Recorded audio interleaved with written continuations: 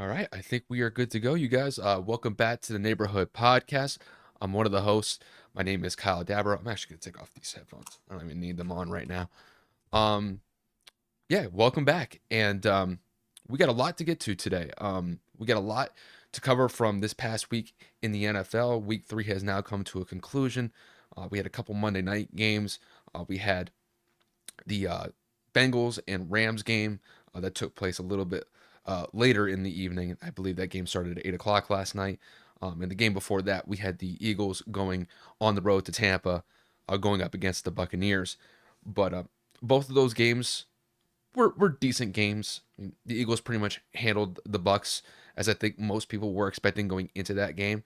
And when it comes to the Bengals and the Rams, really wasn't that exciting of a game, but nonetheless, it was pretty solid to see the Bengals get their first win of the year. I know the first couple games that Cincinnati has played, they have not been playing to, I think, the standard that they expect. And I think, from a larger perspective, that pretty much most of the NFL world has been expecting from them. I mean, the Bengals have been one of the best teams over the last couple years, and getting off to an 0-2 start wasn't the best look for them, but at least they were able to rebound and get that first win at home last night against the Rams. But outside of that, let's go over the agenda for today's slate. Like I said, we'll cover some games from this past weekend in NFL Week 3. The first one that we'll go over will obviously be the biggest beatdown that I've seen in quite some time, and that was the Dolphins just utterly annihilating the Denver Broncos by the score of 70-20. I mean, if you guys were able to watch this game, you got to see basically just an absolute rout of an NFL team when it came to the Denver Broncos. The Dolphins played one of the best games from offense, defense that I've seen in quite some time. Granted, they gave up 20 points, but at one point, the Dolphins were just utterly running and gunning without any sort of resistance from the Broncos. When you're talking about an offensive performance where Tua's throwing over 300 yards and you have the running attack of Raheem Mostert and Devin Achin. I'm probably saying his name wrong. He's probably getting a lot more recognition from the public compared to what maybe some of his Dolphins teammates expect of him. But when you get that type of just utter annihilation, and then I should talk about Tyreek Hill just dominating the Broncos secondary. It was a thing of beauty to watch. And on top of that, the Dolphins look like one of the best teams in the NFL. And if they're not the best team by your standards, as far as I see it, they are definitely the scariest team with what they could be able to produce offensively, just because the Broncos had no answer for them in this past weekend when they went up against them. So that's the first game that we'll go over.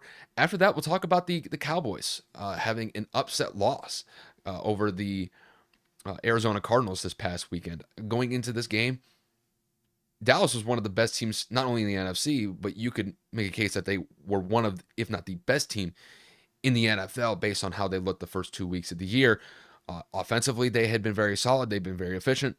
Their defense had been utterly unstoppable the first 2 games of the year, only allowing 10 points combined in those first 2 games, but they came back down to earth pretty significantly in this game against the Cardinals. They just didn't look comfortable in this game whatsoever. Offensively, they were dealing with some offensive line injuries, and defensively, Joshua Dobbs, James Conner, and that Cardinals offense, they came to play, and they didn't hold back. They gave that Cowboys defense some issues throughout the entire day, and Dallas really couldn't get into a groove defensively. And this is coming off the heels of where Trevon Diggs came off of an ACL injury that's going to sideline him for the rest of the year, or Trayvon Diggs, I should say. But we'll talk about that game in a little bit of detail. After that, we will kick it to the Patriots defeating the Jets by the score of 15-10. I'm not really going to talk about the Patriots here. The Patriots got their first win of the year. They have to do something just to remain competitive in that AFC East. I know they had a relatively close game against the Dolphins a few weeks back, and really when you look at the Patriots have been the only team so far that have limited that Dolphins offense from what they're capable of. The Dolphins only scored 24 points in that game against New England on that Sunday night matchup in week 2. But I want to specifically focus on the Jets here, Zach Wilson, and where this team is going to go from here on out, just because this team just looks dead in the water.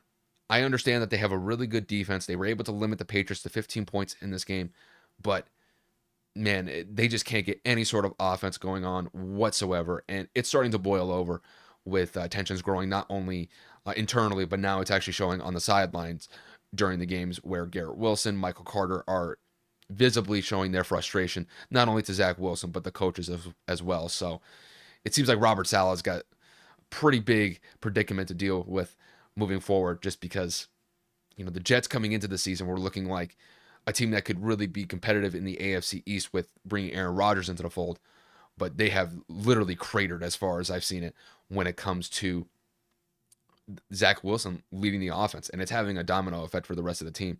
And that's despite the fact that their defense, as far as I'm concerned, is top notch. They have probably a top five.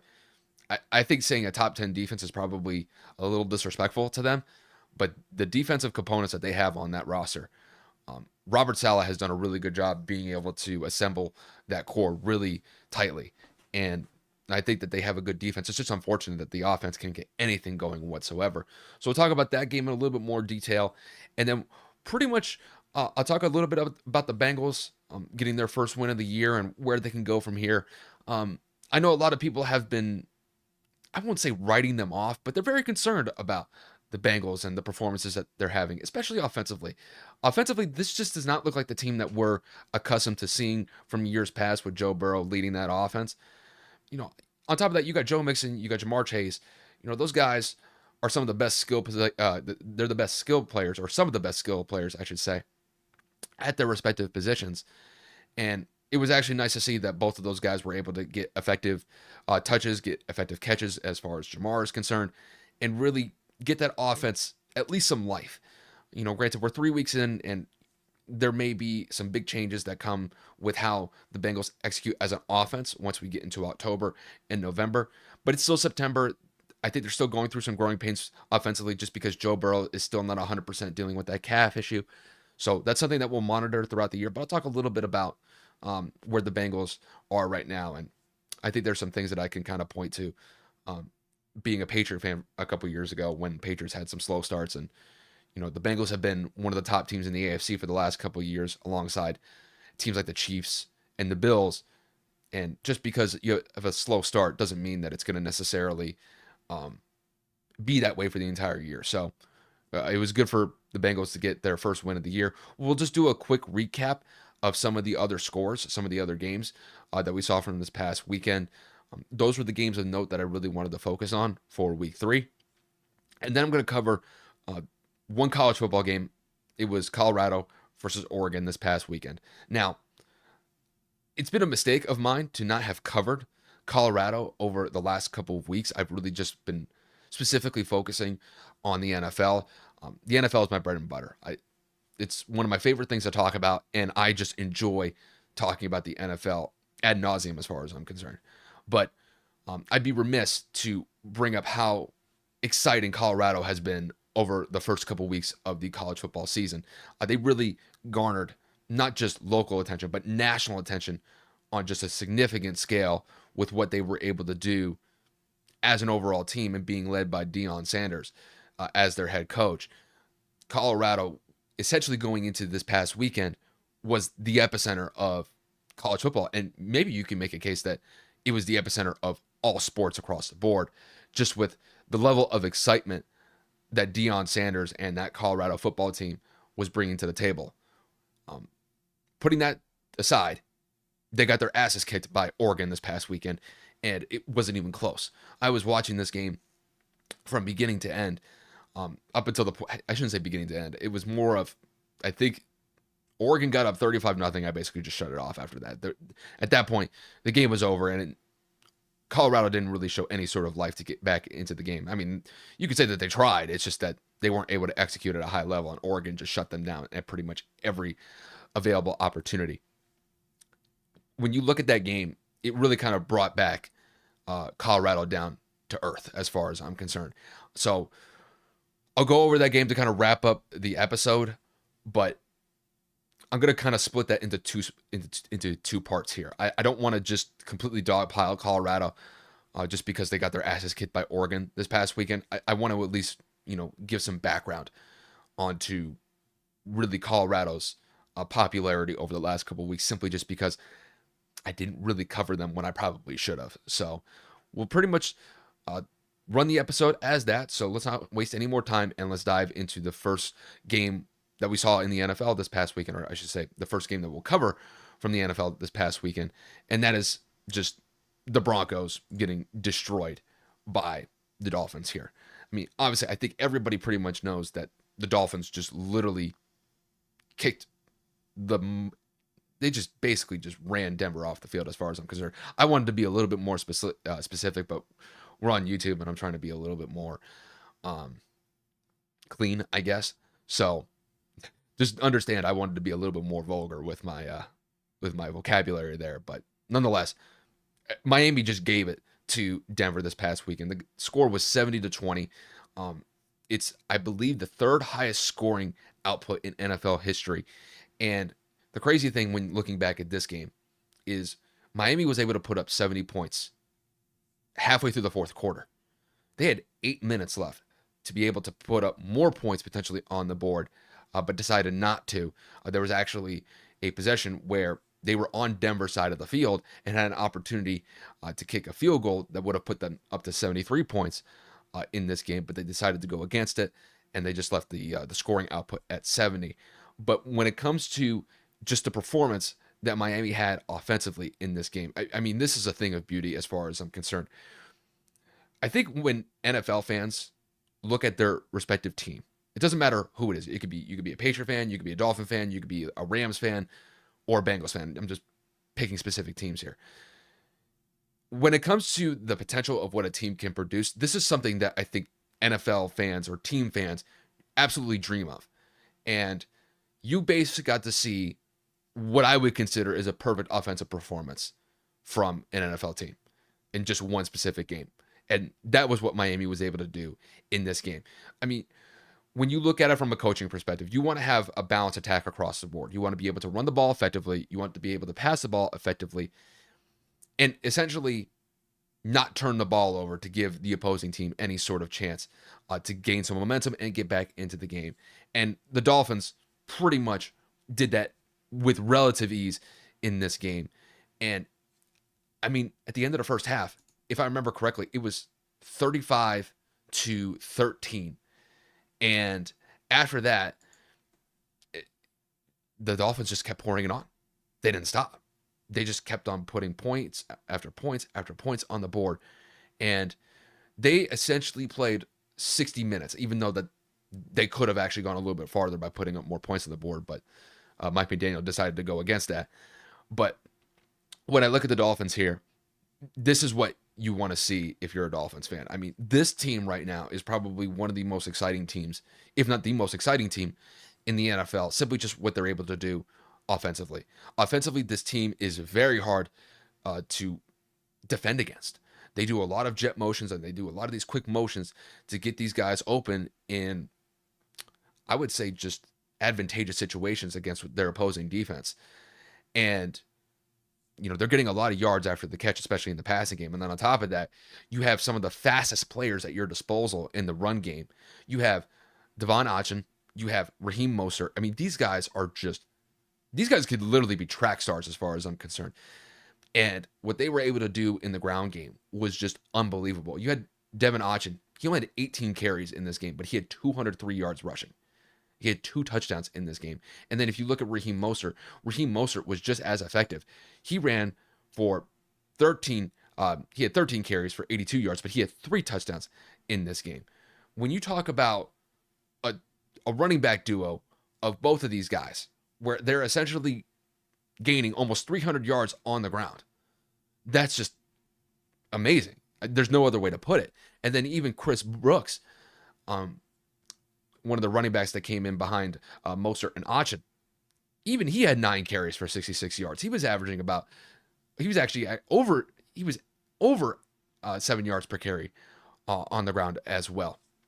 And then on top of that, you got Tyreek Hill, who's just burning every secondary that I've seen this year, maybe outside of New England. New England, I think, did the best job against them. They have that really good corner that they drafted in the first round this year, and Christian Gonzalez. And he's really been the only one that I've seen this year in particular that gave, I wouldn't say Tyreek Hill fits.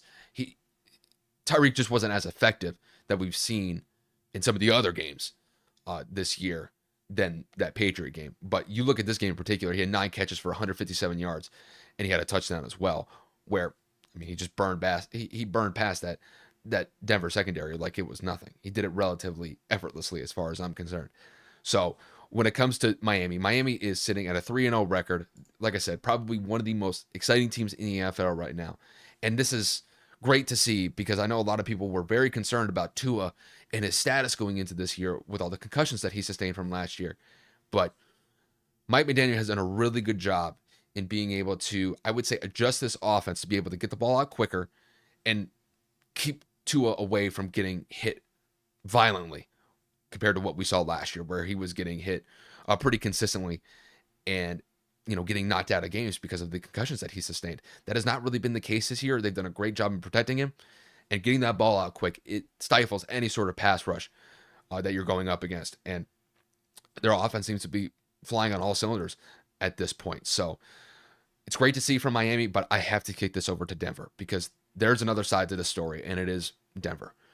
Denver has been an absolute tire fire to start off the year. And I think when it comes to this game in particular, this is rock bottom for them. There's just no other way to put it. You know, Denver, the last, I'd say, season and almost a quarter, we're almost a quarter of the way through this season already, they have just been inconsistent. It's been very frustrating to watch them. And a lot of that is due, I think, based off of the expectations that people, and I think internally from within the Broncos front office and upper management, we're expecting this team to be. The Broncos, ever since they've brought on Russell Wilson, it seems like this team has just been cursed. They just can't get anything of positive momentum in their favor. And starting off the year 0-2, and then you follow it up with this performance where you get smoked by 50 points, you allow one of the best offensive performances, not only of this year. This will be the best offensive performance that we will see this year from the Dolphins. No one's going to top this one. But then you have an 0-3 start, and it just seems like the team is completely falling apart. And we're only 3 weeks into the season. And you look at Sean Payton. Denver brought in Sean Payton to be able to remedy the situation that Denver was dealing with last year with the lack of offensive consistency in production, putting the defense in a bind, and nothing has worked so far. And it's kind of crazy, you know, looking at Denver last year, there was a lot of frustration that not only the team had, but the fans had. It got so bad last year where Denver was playing their home games. And when the play clock was getting too low, you had fans in the stand. I mean, across the board, were literally counting down the play clock for the Broncos so that they could be able to get the playoff in time before getting a delay of game penalty. Well, you now go into this season where, all right, it can't be worse than last year, right? I don't know. An 0-3 start. You were competitive in the second game of the year where you almost got a Hail Mary touchdown at the end of the game. Didn't get it. You're 0-2, and now you go into this game where you're going on the road. You're going up against a high-flying offense like the Dolphins, and you get utterly destroyed. And I've seen many takes across the board where they're essentially looking at the Denver Broncos like a national embarrassment. I mean, looking at this game, yeah, I don't think there's really any other way to put it, just because Denver looked just out of sorts the entire game. And listen, it's getting to the point where even Denver players are feeling the pressure. I was watching a interview. It was a post-game interview after the game, and one of their linemen, I'm just forgetting his name. I should have pulled it up before I started recording, was talking about where he was feeling at this current moment in time after, you know, losing by the score of 70-20. And he's basically saying that over, I think it was the 7-year career that he's been with Denver, all that he's done is lose. Now, I think there was two different ways to look at it when it came to the statement, because when he first said it, I thought it was of the mindset. It was like, I've been here for 7 years, and throughout that entire 7 years, we've done really nothing but lose. But there's also another side where I don't know if this is what he exactly meant, but He's been in the league for 7 years. He's been with the Denver Broncos for that amount of time. And it's like everything that he's worked throughout his NFL career is just, it's like gone. And no matter which way that you interpret his statement, I think it's more the first one. I think he's just sick and tired of losing.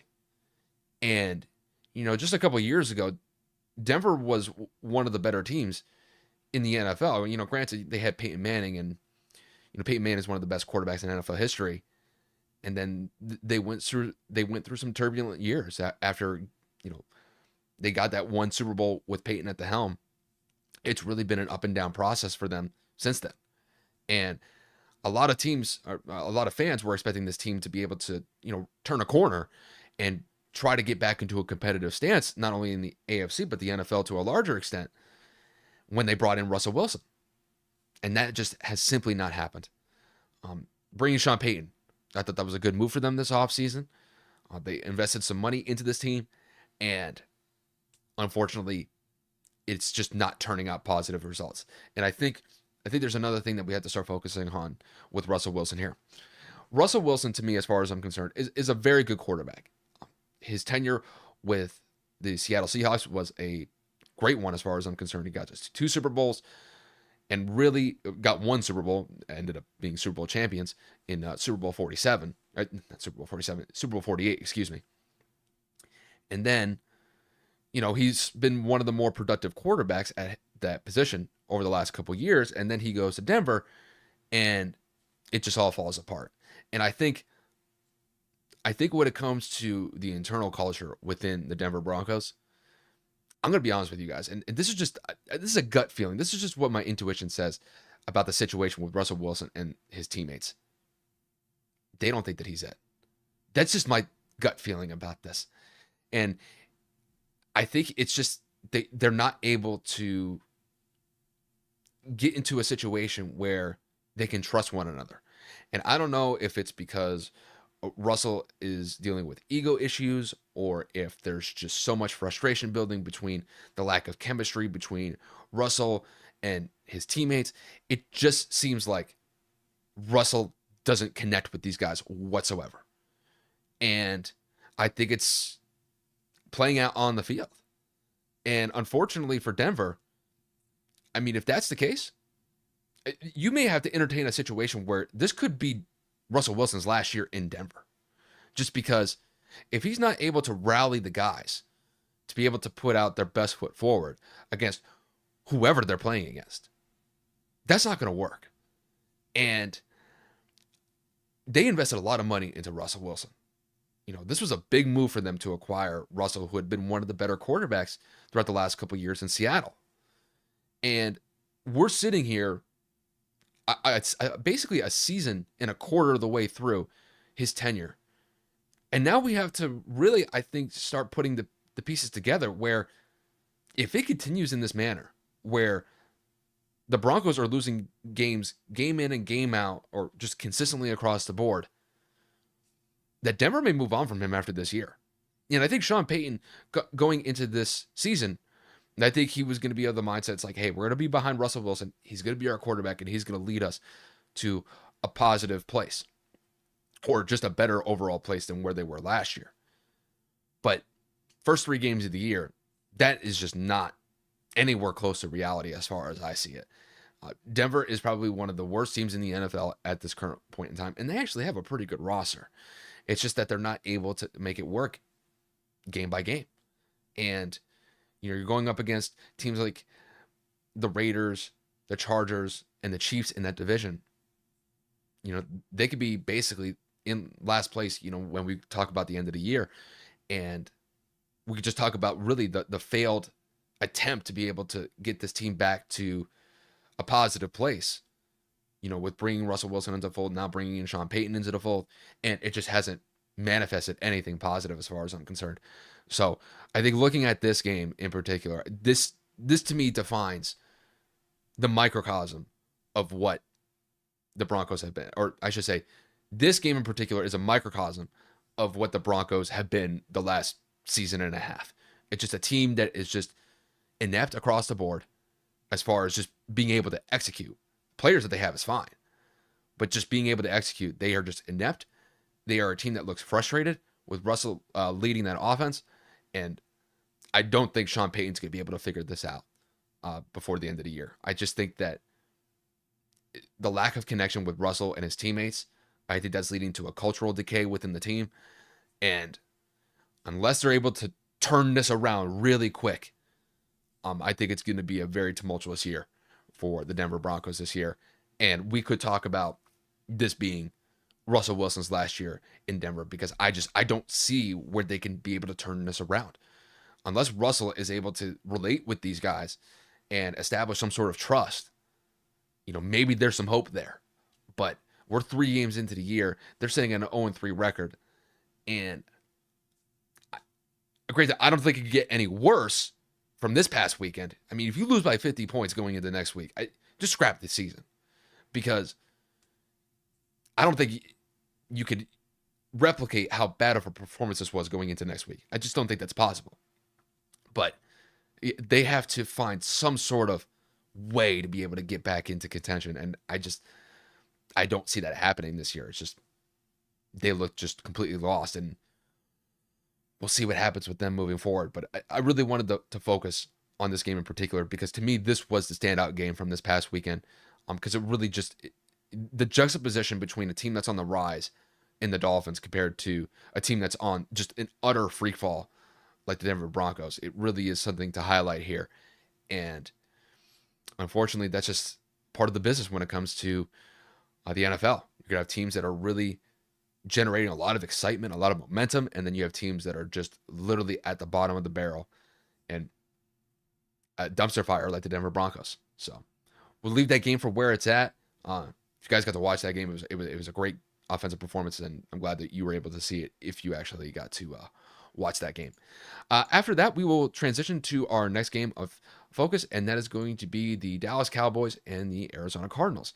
So this was quite a shocking result. This was one of the later games on Sunday. This was one of the 4 to 4:30 time slot games, and the Arizona Cardinals at home deliver an upset win over the Dallas Cowboys by the score of 28-16. Now, this is one of the games that I was actually watching when I was at work on Sunday, and to me, right from the get-go, it just seemed like Arizona was very confident in this game. And you juxtapose that with Dallas. Dallas seemed a little bit out of sorts right from the word go, just because Dallas was dealing with some offensive line injuries going into this game. And then on top of that, you're coming off of a situation where Trayvon Diggs, he tears his ACL just a couple days before this game was supposed to take place. He's out for the rest of the year. And defensively, now there's a huge void in that secondary. You could even say that there's a void in that defense altogether, just because you could talk about Trayvon Diggs and how effective that he's been at times, and you could talk about how ineffective that he's been at times. There have been times where he's looked absolutely phenomenal. He's looked like a Pro Bowl corner. And then there are times where I'm not going to say slack off. That's disrespectful. But there are just times where he's just unable to execute at a high level, and he gets absolutely torched on some plays that either lead to these giant chunk plays for the opposing offense, or they actually lead to overall touchdowns. But putting that to the side, Trayvon Diggs is one of the veterans of this defense, and he was a huge component of this defensive unit. And now that he wasn't in the fold going into this game, I think it had a really big effect just from a secondary perspective, because it seemed like from a secondary perspective in this game, Dallas was just out of sorts. There were guys that were blowing coverages, they were blowing assignments, and just letting some of these Arizona Cardinals receivers left completely alone on some of these plays. And you can't have that situation when you're going up against what I would consider is an inferior team like the Cardinals. Going into this game, Dallas looked like world beaters, where they were scoring efficiently. Dak looked great. The running game was pretty solid. The defense had, I think, been the strongest focus of Dallas the first 2 weeks of the year. Like I mentioned earlier at the beginning, they'd only given up 10 points in the first 2 games of the year. I mean, you're talking about only averaging 5 points per game. That's pretty solid. But then you go to this game where Arizona, from just an overall perspective, whether it was running the ball or passing the ball, they looked pretty solid. Josh Dobbs in this game, he was 17 of 21, had about 190 yards passing, had a touchdown. James Conner had 14 carries for almost 100 yards. I'm going to try to do the math in my head, but if I had to guess, he's averaging somewhere around, I'd say, 5.5, 6 yards per carry. That's pretty good, especially going up against a defense like that. That's pretty solid. That's something that you could take away any day of the week as far as I'm concerned. But yeah, Dallas just wasn't able to get right on defense. They were dealing with the offensive line issues offensively. I just think that threw the entire rhythm of the team off. And you can maybe say that on top of that, they were dealing with the void of Trayvon Diggs not being there after he tore his ACL. That's 100% possible in this case, but it just seems like Dallas was out of sorts and they couldn't get into any sort of rhythm whatsoever. And you have to credit Arizona. They came to play and they looked great as far as I'm concerned. This was probably one of the best performances that they had this year. And coming off of that really tough loss that they had against the Giants at home, where they looked like they were going to dominate the Giants, and then the Giants lead this huge comeback to get that road win for them. This was a really good bounce back win for the Cardinals. But when it comes to Dallas, I think Dallas will be able to work through these issues. But I don't think this is going to be that same team that we saw from the first 2 weeks of the year. I think just the loss of Trayvon Diggs is going to be a huge one for them. And it's going to have to require guys to be able to step up and be able to fill that void of Trayvon Diggs no longer being there for the rest of the year.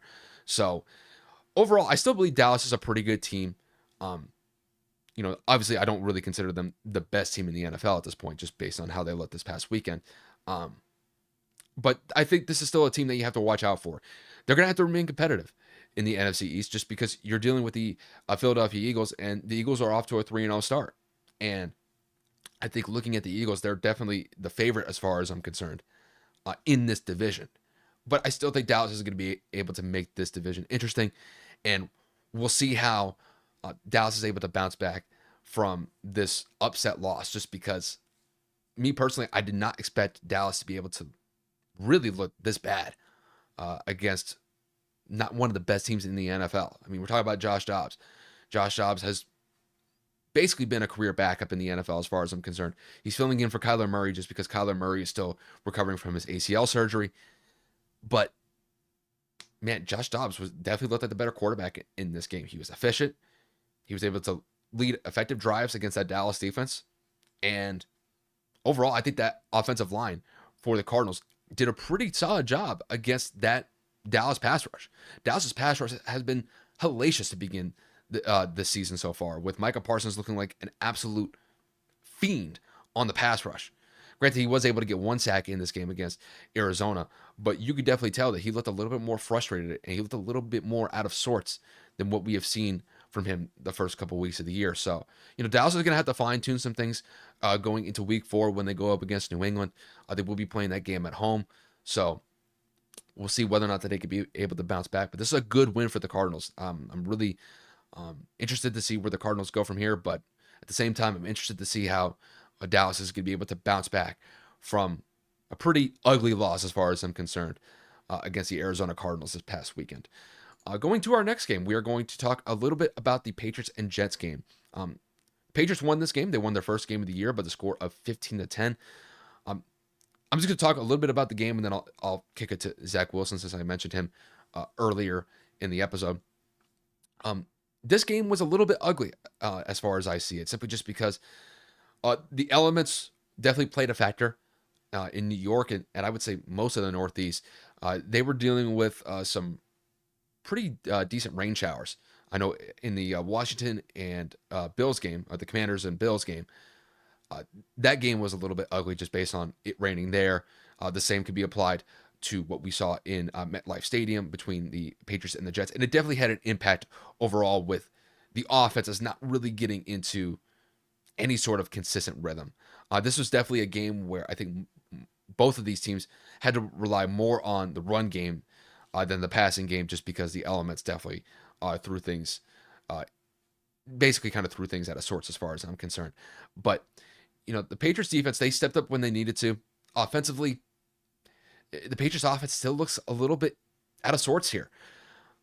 They got off to a better start in this game. I mean, they were able to put up 3 points early in the first quarter, and then they were able to get a very nice touchdown from Pharaoh Brown from a pretty good pass from Mac Jones that put them up 10-0. But after that, the Patriots were really kind of struggling to move the ball against that Jets defense. They were able to put a field goal up in the second half, and then they were able to get some help from the defense, getting a safety that pretty much iced the game for New England to get them their first win of the year. But offensively, man, New England just, they look like they have some good pieces to work with, and there are times where there's some potential flashes of what this team is capable of, but they're still dealing with not being able to convert on third down consistently. The turnover issues wasn't really a factor in this game. The first two games, they had been turning the ball over consistently in their first two losses. In this game, they were able to play a clean game and not turn the ball over against what I would consider is a pretty good defense with what the Jets have. And, this is one of those games where it was an ugly win, but they'll take it. A win is a win, no matter how ugly it comes. But they're going to have their hands full going up against the Cowboys next week when they have to go on the road to play Dallas. So we'll see what happens with New England, but, getting them their first win is a step in the right direction, but they're going to have a pretty tough challenge going up against Dallas, especially when Dallas is coming off of a pretty bad loss to the Cardinals this past weekend. Now let's talk about Zach Wilson. Now, this is really what I've been waiting to talk about when it comes to this game in particular. Now, look, when it comes to Zach Wilson has had a very difficult time playing against this Patriots defense. Now, I understand going into this game, a lot of people had already been criticizing Zach Wilson pretty significantly. And it is deserved just because Zach Wilson, throughout his entire NFL career thus far, granted, it's not that long. We're only talking a couple years here. He has been probably either one of the worst or the worst quarterback as a starting quarterback in the NFL since he was drafted by the Jets. And it just seems like going up against the Patriots, he just seems utterly lost when going up against that defense. The Patriots brought just a pretty significant pass rush the entire day to get Zach Wilson off of his spot and force him into some passes where either A, he had to get rid of it, or he had to do a check down or just completely throw it out of bounds. Just because, man, once the Patriots bring a pretty good pass rush against him, it gets him out of his spot. He has to roll out of the pocket, or he just has to eat a sack. And the Patriots got multiple sacks in this game. I mentioned that they got that one sack in the end zone that got them a safety towards the end of the game. But it's just getting to the point where Zach Wilson is an utter bust. There's just no other way to put it. And I hate being in this situation where I have to use those terms to criticize somebody, but it's just apparent at this point. You have to have a certain level of confidence to be able to lead a team offensively at the quarterback spot. And at this point, Zach Wilson, he has some tangible assets at his disposal. He's a pretty good thrower of the football. He could thread some needles pretty nicely, and he has good arm strength at times. And he can bounce out of the pocket and pick up some yards that way too. But that's pretty much it. When it comes to being able to execute at a high level, he's just not it. When you look at when you look at Zach Wilson, Zach Wilson is on average completing about 50 to 55% of his passes in his NFL career. You look at this game in particular, he was 18 of 36 for 157 yards. It got so bad in this game where I think at one point, we were talking about maybe halfway through the third quarter or even going into the fourth quarter, where nobody on the offense outside of Zach Wilson had 30 yards of more production on offense. We're talking about the run game or somebody in the wide receiving corps. It took until basically halfway through the fourth quarter for the Jets to establish anything offensively, where they were finally able to get a touchdown to kind of make this game interesting towards the end. But for 3.5 quarters, this team had multiple 3-and-outs where they're on the field for maybe 30 to 45 seconds, and that's it. They got a punt, and they're giving the ball back to the Patriots. I believe in this game they had 7 3-and-outs. Going into this game, they had 8 3-and-outs throughout the first 2 games. They basically doubled that in one game. And, you have to give credit to the Patriots defense, because the Patriots defense, like I said, they have really given this Jets offense fits when Zach Wilson has been their quarterback. And, it lived up to expectations in this game just because the Patriots were able to continue that dominance defensively where Zach Wilson wasn't able to overcome it. And that was despite the fact that at the end of the game, Zach Wilson actually had an opportunity to be able to hit a Hail Mary to win them the game. And Randall Cobb actually got a hand on one of the deflected passes for that Hail Mary. And unfortunately for them, the ball fell to the ground and that was it. The game was over and the Patriots won the game. But at this point, I don't think they really have any other option to go here. I think at this point, they go with Zach Wilson. And if it gets to a point where he's just turning the ball over consistently, he's just not hitting targets, he's not, getting the ball out to either the check down or reading the right reads, then at that point, you may have to consider a quarterback change. But I mean, you brought Aaron Rodgers into the fold. You thought he was going to be your quarterback for the next couple of years to lead you to a possible Super Bowl run or at least be competitive in the AFC. Now that he's out with a torn Achilles,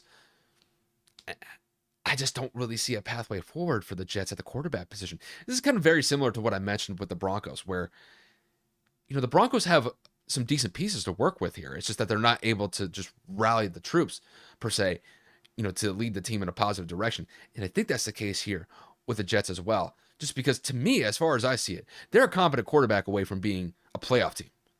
And they're a really competent quarterback away from being not only an AFC contender, but they have a chance to be able to go to a Super Bowl based on how good this defense is. It's just, when you have Zach Wilson as your quarterback, who's probably been the worst quarterback in the NFL for the last couple of years, it's not going to happen. So the Jets are in a really tough bind here. I mean, it's getting to the point where you actually have NFL fans, you have Jets fans in particular, losing their teeth, where one guy lost his dentures, they fell out of his mouth because he was just sick and tired of screaming at the Jets to be able to do something of positivity here. And it just isn't happening with the Jets. So unfortunately for them, I think it's going to be a very up and down year for them.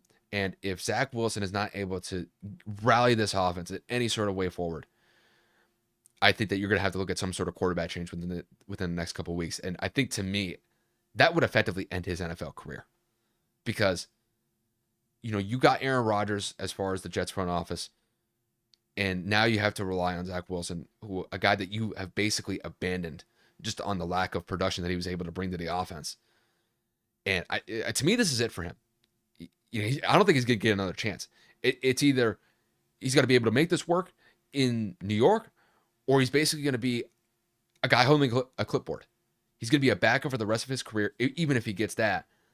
And hell, I mean, there may be teams that are looking at him potentially as like, no, we're not going to deal with him. No, we don't want those problems. We don't want those issues. He's just not worth the risk. I think, to me, we're talking about Zach Wilson's NFL career is on the line. And if he's not able to turn this around, it could be a wrap for his career as far as I see it. Just, it's really bad with the Jets right now. And I think a lot of fans within, the Jets fandom, whatever you want to call it, basically wrote the season off once Aaron Rodgers tore his Achilles, I think on the fourth play of the year for them offensively. So, like I said, it was a decent win for the Patriots, got the first win of the year. But yeah, the Jets are in a tricky situation here, and Robert Saleh really has to find some sort of way to be able to get this offense going. I think the only thing that they can probably look to as a positive element from this game was towards the end of that fourth quarter, they were able to establish some good runs on the ground. And that may be something that they have to really heavily lean on here, just because they can't rely on Zach Wilson to be able to lead this offense. I think the run game is going to save them if they find any sort of positive direction with that offense. So we'll leave that game for where it's at. But yeah, the Jets are in trouble. There's no other way of putting it. After that, we will talk about the Bengals and the Rams game. This was the Monday night affair that we saw last night. I'm not going to really dive into this game too much into particular. I am going to mention that the Bengals got their first win of the year. It's a huge step for them in the right direction, just because the first two games they had lost, starting with an 0-2 record. And this was a good win for them. I'm not going to say this was a great win for them, just because offensively they still look a little bit out of sorts. Only putting up 19 points in this game, it's not the best look, but at least when it comes to the offense, they were able to get some good production from Joe Mixon. Jamar Chase probably had his best performance of the year so far, with 12 catches for 141 yards. And when it comes to Joe Burrow, obviously he's still dealing with that calf issue. And I think the biggest thing for the Bengals moving forward is they're going to have to be able to protect him. If he's not 100%, they got to get him the right protection to be able to execute at the level that he can right now. I think a lot of people across the NFL, and I think even Bengal fans internally know at this point that the Bengals are going to go through a little bit of a touch and go situation here, just because that he's not dealing um, under the best circumstances as far as his health is concerned. And maybe this is a situation where he improves his health over the year as long as he doesn't sustain any sort of aggravation to that calf area. And look, when it comes to the calf area, this is something that kind of scares me when it comes to injuries for the body. And we already saw one quarterback go down in Aaron Rodgers with a torn Achilles when he was dealing with a calf issue in the first game of the year. He had been dealing with that calf issue going into the game. And all it took was, one bad plant step, and that's it. Like, his Achilles snapped, and that was it. When it comes to Joe Burrow, it wouldn't surprise me if the Bengals are very cautious in how they utilize him. And, to me, the biggest thing is he can't put a lot of pressure on that calf, because that calf is already compromised. And if he puts a lot of pressure and a lot of force on that calf, you knock on wood when it comes to something like that, but an Achilles can snap that way. And the Bengals season is really dependent on whether or not that Joe Burrow can be able to stay healthy. If he goes down with any sort of Achilles injury, it's a wrap for the year as far as I'm concerned. I don't think they're going to be able to bounce back from that loss. I think it's kind of a similar situation with the Jets. The Jets had Aaron Rodgers to kind of fix their quarterback situation. He goes down, and now they're in a nightmare situation. And I think the same thing would happen with the Bengals, even despite the fact that the Bengals actually have a good defense, and they have good players offensively outside of the quarterback position in Joe Mixon and Jamar Chase, T. Higgins, and Tyler Boyd. That quarterback spot is the most important part on the offense, and if they're just not able to get that consistently going, whether it's Joe Burrow or somebody else, if Joe actually ends up getting hurt, which I don't want to see. Like, Joe Burrow is one of the most electrifying quarterbacks in the NFL relatively early in his NFL career, and I want to see that for the rest of this year and years on after. But yeah, when it comes to the Bengals, it's still a touch and go situation with them. I mentioned earlier that, being a Patriot fan, one of the things that I got very accustomed to was just the winning ways of the team. And there's some arrogance that comes along with that, unfortunately, just because the expectation is they are going to win games more times than not. And it puts you in a situation where you can end up at least in an AFC divisional, AFC championship, or even a Super Bowl opportunity. When it comes to the Bengals, even though that they had a bad start, the season's not over for them. I mean, there have been times where, teams have gotten off to slow starts and they're able to rally and they can end up winning a Super Bowl. I remember one year in particular where the Patriots started off 2-2. They had an absolute debacle against the Kansas City Chiefs on Monday night, lost by the score of 41-14. You had people writing off Tom Brady at that point in his career. He was only, I want to say, in his mid-30s then at that point.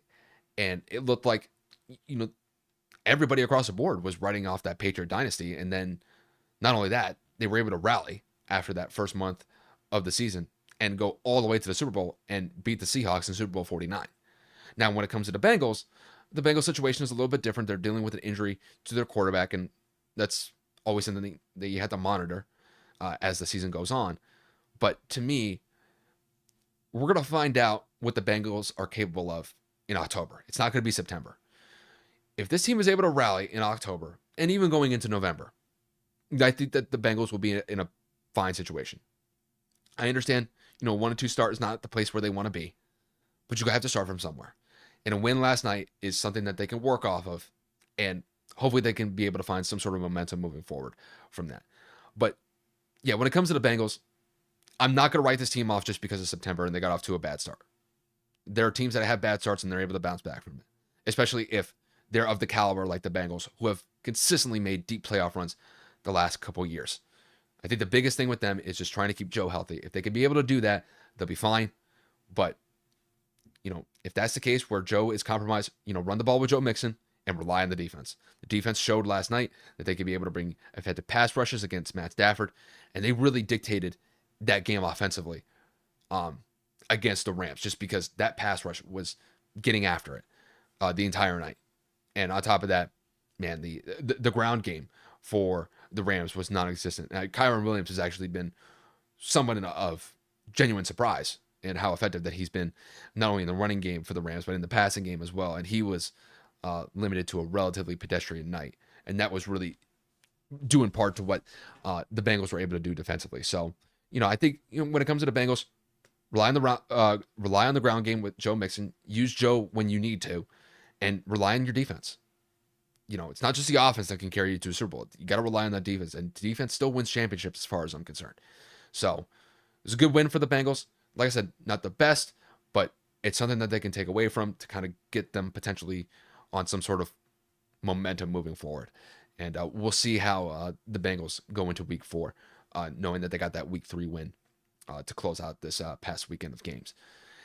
Now we're going to transition to the final topic of the episode, and we're going to kick it over to the college football realm just for one game in particular, and that was the Oregon and Colorado game. Obviously, I think you guys know what happened this past weekend.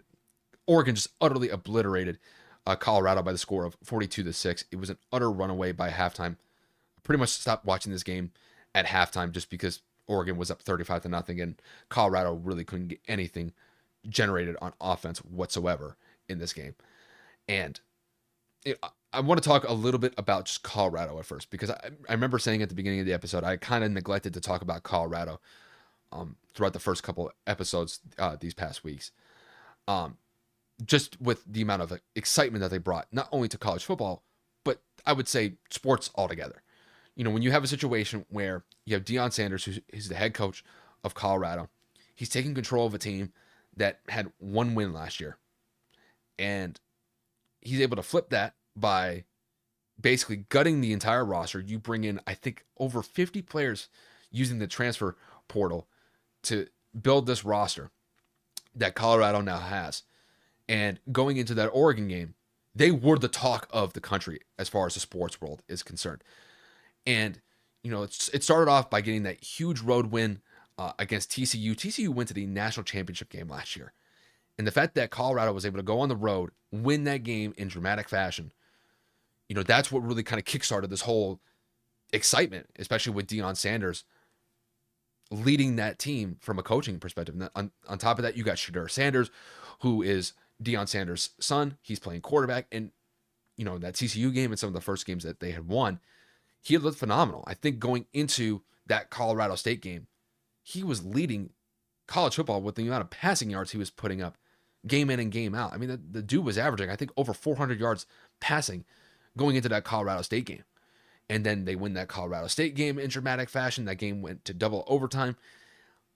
That was a tricky game for them because there were points in time where I thought Colorado State was actually going to win that game. But, you had Shedeur lead a really great 98-yard touchdown drive that tied the game late in the fourth quarter. They actually got the 2-point conversion to tie that game before sending in overtime.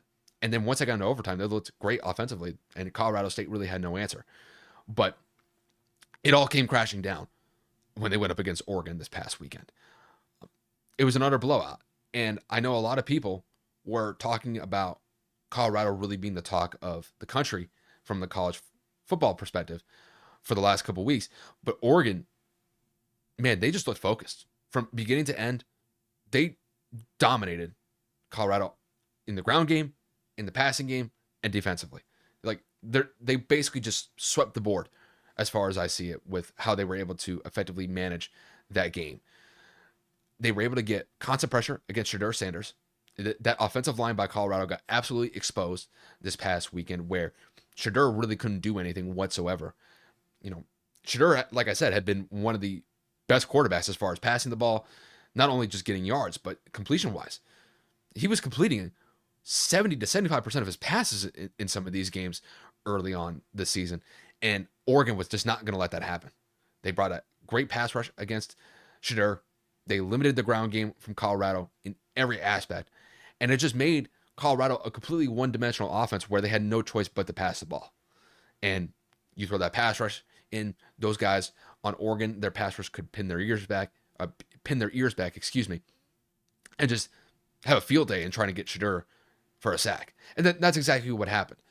Now, when it comes to Colorado, the amount of excitement that they brought to college football, to me, it really was amazing to see. But they went up against a team that was focused. And let's face it, Oregon has been a consistent team for a while. I mean, for most of my life, Oregon has been a competent football program. Colorado has not been that. Colorado has been one of the most inept college football programs for most of my lifetime. And the change that they were able to bring in 1 year with Deion Sanders, granted, the season's not over yet. Colorado's got many more games to play in this season. And more than likely, they will be able to bounce back from this loss at some point. I don't think it's going to be this weekend. I think Colorado's going to get absolutely smoked by USC this weekend just because Caleb Williams is probably going to torch that defense. But when it comes to Colorado, to me, we'll see what happens with them.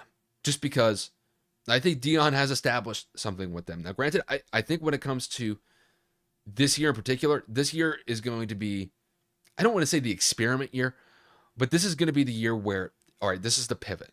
It's going to be a pivot year for them. And, like I said, more than likely they're going to get smacked by USC this weekend. It's just Colorado, they were a fun team to watch for the first 3 weeks. But to me, I started to see some cracks in this team against Colorado State. Because even though they had beaten TCU, they still gave up over 40 points in that game. You look at the Colorado State game, almost kind of a similar thing, where they were giving up bunches of points to Colorado State. And, they really had to rely on Shedeur Sanders to get them across the finish line to win that game, where there was so much emphasis on that game just from a national media perspective. I mean, the sports media was all over that game with Colorado and Colorado State going into it. And a lot of people thought that game was just going to be a culmination for Colorado, just beating the brakes off of Colorado State. That was not the case. They had to earn that win. And going into that game, going into the Oregon game right after, they just got exposed. Or I shouldn't say they got exposed. They went up against a team that exposed their weaknesses and didn't allow them to get back in any way, shape, or form back into the game. And, that could be a similar situation that plays itself out against USC this weekend. Now, like I said, I think this year it could be a pivot year for Colorado. You pivot away from being one of the worst teams in college football with one win last year. Now you have Deion Sanders, who's really generated a lot of excitement, not just for the players on the team, but the program itself. There are going to be a lot of potential players that could be looking towards Colorado to play there just because of Deion's impact and his influence that he brings to the table. But when it comes to Colorado, I think that whole media party that Colorado has been really living in the last 3 weeks, I think it's going to start tapering down as we get into the meat of the season, or as we get deeper into the season, just because I think once the glitz and the glamour and, the flash, the bling of what Colorado has brought to the table with Deion being there goes away, you're going to see what this team is made of. The first couple of weeks of the year, you could be able to really capture a lot of eyes and a lot of attention. But once you get into the deeper part of the season, once you get into October and November, now we're going to find what you're really made of. And, they'll have a chance to prove themselves once we get to that point. But I think that whole, like I said, media party when it comes to Colorado, I think it's finally tapering off. But I mean, it was a hell of a ride for Colorado for that first 3 weeks. As far as just the excitement they brought to the table, everybody knows Colorado now based off of what they were able to do the first 3 weeks of the season. Hell, I even changed my fantasy team name to Give Me My Theme Music, because Deion Sanders, before every game, he talks to the players in the locker room, and before they head out onto the field, he'll say, "Give me my theme music," and then they all walk out together under his theme song. So, I mean, to me, like, I bought the hype. I mean, I loved it. It was great to watch the first 3 weeks of the year, but, I think at that point, or I think at this point, I should say, that is coming to an end, and we're going to see whether or not what Colorado is made of. Are they made of just strength? Are they made of resiliency? Are they made of discipline? Or are they going to start cracking? We're going to find that out over the next couple of weeks. And Deion Sanders is going to have to be able to lead this team no matter how it goes, whether it's positive or in a negative fashion. But we'll see where Colorado goes from here. But with that said, you guys, that'll pretty much wrap it up for me. It pretty much hit everything that I wanted to talk about here. Oh, before I do leave, I did mention that I will do a quick roundup of some of the other NFL games. I did forget to do that after talking about the Bengals and Rams games. So just give me 1 second to go over some of these games. So just to kind of wrap up the episode, we'll just go one by one with some of these other games. We'll talk about the Thursday night game that took place last week. The 49ers just absolutely destroyed the Giants by the score of 30-12. I've talked about this before with the 49ers. The 49ers are one of the best teams in the NFL. At this point, you could probably consider them the best team in the NFL. It's either them or the Dolphins based on how they've started so far. It was a good win for them. Going into the Sunday games, we had the Lions defeat the Falcons 20-6. We had the Chargers win a really close game against the Vikings by the score of 28-24. Bad news for the Chargers. Mike Williams is out for the rest of the year with a torn ACL. So they're going to have to rely on their wide receiver depth from here on out. And the Vikings. The Vikings were a pretty good team last year. And now we're talking about them starting at a 0-3 record. And they're going to have to make some big adjustments from here on out to be able to get back to a 500 record. They're going to have to get on some sort of winning streak here because, starting off at 0-3 record, your chances of making the playoffs are very slim based on that start. So the Vikings definitely have some work, and they definitely have to clean up the turnovers. It's getting very bad with the turnovers in Minnesota, just with how frequently they're turning the ball over. After that, we'll talk about the Packers and the Saints. The Packers won a very close game over the Saints by the score of 18-17. Biggest takeaway from this game was Derek Carr went out with a shoulder injury. He was not able to come back into this game, but the Packers were able to lead a comeback against the Saints and get that 1-point win. The Saints had an opportunity to get a go-ahead field goal late in fourth quarter. They ended up missing it, and that ended up being the deciding factor in favor of the Packers getting that win at home. After that, probably one of the more shocking upsets from this past weekend was the Texans defeating the Jacksonville Jaguars by the score of 37-17 on the road. CJ Stroud looked amazing in this game. He had 280 yards passing. He was 20 of 30 as far as his completion percentage, or his completions were. He had 2 touchdowns in this game. And, Trevor Lawrence just did not have the best of days looking at this game in particular. Losing 20 points at home to the Texans, it's just not a good look. And I will say, when it comes to the Texans in particular, they've had their recent success against the Jacksonville Jaguars pretty significantly. You look back at some of these AFC South matchups between both of these teams. The Texans have actually done a relatively good job against the Jags, despite the Jags being on an upward trajectory based on how they finished the year last year and getting that one playoff win against the Chargers in the wild card round. But it did not show in this game. They lose by 20 points. It's a pretty big loss for them at home. So they're going to have to make some pretty big adjustments going into week 4. After that, the Browns just absolutely beat the brakes off the Titans, beating them by the score of 27-3. Obviously, this was their first game coming back after losing Nick Chubb for the year. And it looked like they were able to get some pretty good production from Deshaun Watson. The ground game was pretty solid. And defensively, really, what else could you ask for? You win the game 27-3. You only hold the Titans to 3 points of offense.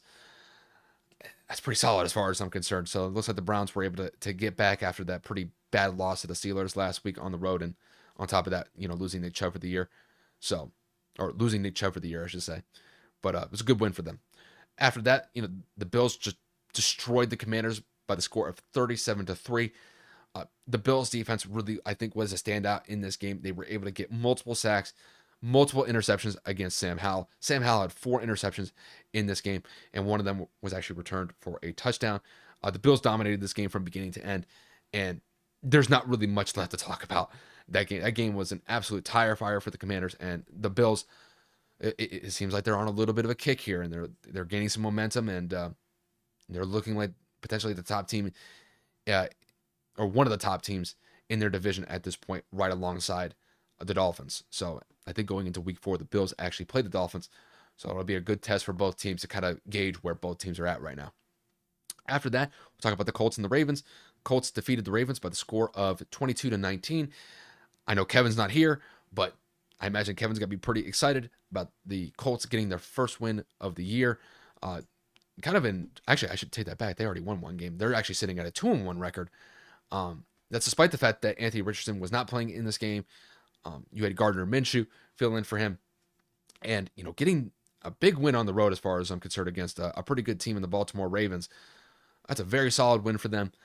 And believe it or not, the Colts are sitting at a 2-1 record here. And I know that, Kevin is usually pessimistic about his team, but at least right now they're off to a decent start. 2-1 start is better than I think what he was expecting. And we'll see how they can use this momentum from a pretty big overtime win against the Ravens this past weekend. After that, the Seahawks defeated the Panthers by the score of 37-27. The Chiefs defeated the Bears by the score of 41-10. This was just an utter blowout game from the Chiefs. I know a lot of attention was paid towards the rumored relationship between Travis Kelce and Taylor Swift. Taylor Swift was at that game to kind of really ratchet up those rumors, but the Chiefs just utterly dominated the Bears in this game, and the Bears are just a disaster at this point, and an 0-3 start is not a good start for them, and it's going to be a difficult road for them this year. After that, we got 2 more games to cover. We got the Steelers defeating the Raiders. That was the Sunday night matchup. They won that game with a score of 23-18. And then to round out the last Monday night game, that was the Eagles and Bucks game, where the Eagles won by the score of 25-11. The Bucks just really couldn't get into any sort of rhythm. The Eagles defense was on point, and offensively, the Eagles didn't have their best performance, but I think it was actually reported that the Eagles were dealing with a flu bug, with multiple guys dealing with it, including Jalen Hurts. Despite not feeling 100%, they were still able to lead an effective game over the Bucks, and the Eagles are sitting at a 3-0 record at the top of the NFC East. But that pretty much wraps it up for me. Now this wraps this up for me. I just wanted to do that roundup just because I mentioned it at the beginning of the episode. So if you guys have tuned in to watch the YouTube live video, we definitely appreciate you tuning in. Kind of similar to what I mentioned last week. I'll try to get another episode by the end of the week. I just wasn't able to get one out to cover some of the week 3 matchups last week, just because I got caught up with work. Kind of a similar thing going into this week. I'll try to get something out. I'll see what happens with work. If I'm too busy, then I will be back next week to cover the NFL Week 4 slate of games. But we'll kind of just play from here on out. Time will tell, and we'll see if I am able to put out another episode before the end of the week. Kevin's still watching the games. He's still very tuned into what's going on. It's just he's got that situation with his apartment, and basically in a holding pattern when it comes to him being able to record. So hopefully he's able to return sooner rather than later. But we'll just be patient on that aspect until he returns. But with that said, you guys, once again, thank you guys for tuning in, and we will see you guys